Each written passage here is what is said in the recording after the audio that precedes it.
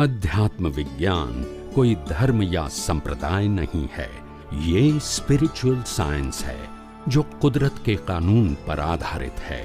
ये विज्ञान पूरे ब्रह्मांड के सभी रहस्यों को उजागर करता है और जीवन के सभी पहलुओं को समझने के लिए एक नई दृष्टि देता है।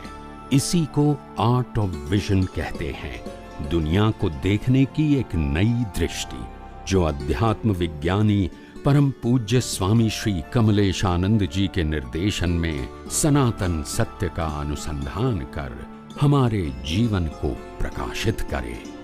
जय सच्चिदानंद।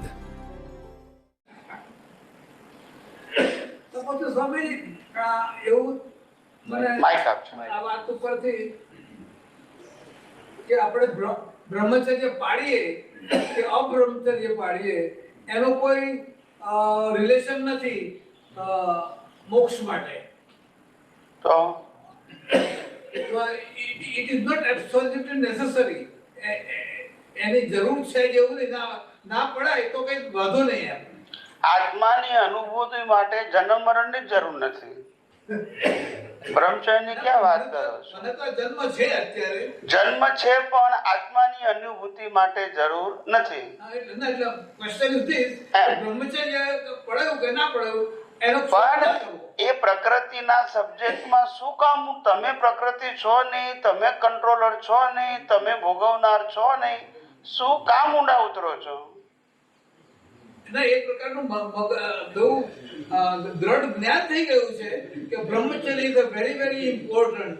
એટલે આ ખુલાસો થાય કે ભાઈ એની આપણાથી નથી પડાતું તો કઈ વાંધો નહીં. એમ જો 24 માંથી 23 તીર્થંકરો પરણીને મોક્ષે ગયા હતા, બોલતા નથી. રામકૃષ્ણ પરણીને ગયા, ખ્યાલ આવ્યો?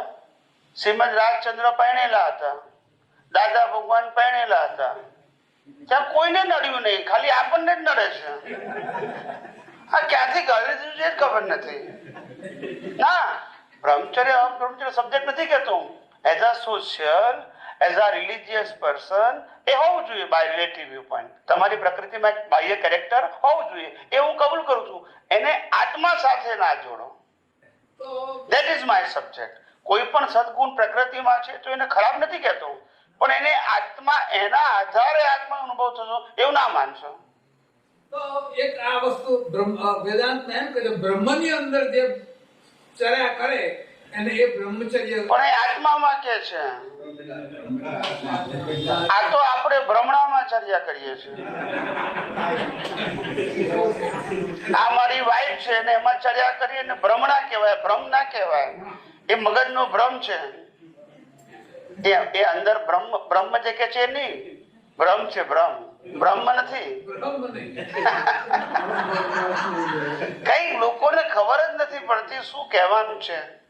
પ્રકૃતિનો એક પણ ગુણ મારામાં નથી, મારો એક પણ ગુણ પ્રકૃતિમાં નથી. ગુણે કરી બંને સર્વથા ભિન્ન છીએ. સામીપ્ય ભાવને લઈને ભ્રાંતિ ઉત્પન્ન થાય છે. તો શું કામ જોડાવો છો એની સાથે? આ બધા પુસ્તકોએ ભ્રમણો ઊભી કરી. શું કરે? પુસ્તકોમાં વેરાયટી. એક કે છે ભણવું જ જોઈએ, બીજું કોઈ ભણવું ના જોઈએ. હવે કયું પુસ્તક વાંચી ફોલો કરીએ? વિચાર કરો. દરેક પોત પોતાના વ્યૂ પોઈન્ટો કયા કરે છે ને આપણે એમાં પઝલમાં મુકાઈએ છીએ. તો પછી ખ્યાલ આવ્યો? The world is the puzzle itself. A puzzle ને dissolve કરવું હોય તો you have to know the universal truth, not viewpoint of any person. That's it. That is the only, they give you the permanent solution. બાકી temporary solution તો મળ્યા જ કરશે. ખ્યાલ આવ્યો? આ દુનિયા પઝલ વાળી છે એને આપણી બુદ્ધિથી સોલ્વ કરાય જ નહીં. ખ્યાલ આવ્યો? એક હસબન્ડ વાઈફ ને ઝઘડા થયા, તે સંત પાસે ગયા તો સંતે એને જવાબ આપ્યો કે તારે મૌન રહેવાનું. શું કીધું? તો ઉકેલ આવશે. હવે પેલાને ઝઘડો થયો એટલે પેલો મૌન થઈ ગયો. એટલે પેલી વાઈફ શું કે છે, મેં કીધેલું ને જો ભૂલ છે એટલે બોલે છે. હવે કરવું હું આરું બોલે તો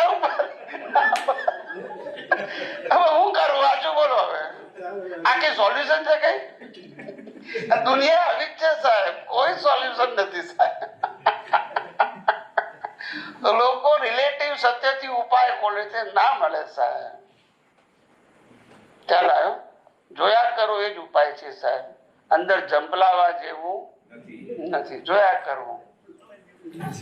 આટલું સુંદર સાહેબ આયોજન કરી શકે છે, આટલા બધા લોકોને લાભ આપી શકે છે. આ જંગલમાં મંગળ છે સાહેબ. ગામડામાં આટલા લોકો આટલા વરસાદમાં આવે સાહેબ? ક્યાંથી બધા આવ્યા છે સાહેબ? સુરત, વડોદરા, અમદાવાદ, ક્યાંથી બધા નજીકના બધા ગામમાંથી, આણંદ. સ્વામીજી, મણી કાકાના લીધે તો અમે પામે. તો પછી કે આપણે કાવીઠા સત્સંગ રાખવાનું ચાલુ કર્યો અને અમે અહીં આવી શક્યા. જય સચિદાનંદ. નામ જ મણી કાકા છે, મણી. ઘણી વખત તો આ આખો રૂમ ભરી જાય, પેલો ભરી જાય અને પાછળ બી હોય છે. આ તો વરસાદ ને એવું બધું છે એટલે આ સિઝન જરા એવી છે. નહીં તો લોકો ક્યાંથી આવે છે. એટલે એક વ્યક્તિનો ભાવ છે તો એને ખેંચી લાવે છે બધા. ખ્યાલ આવ્યો?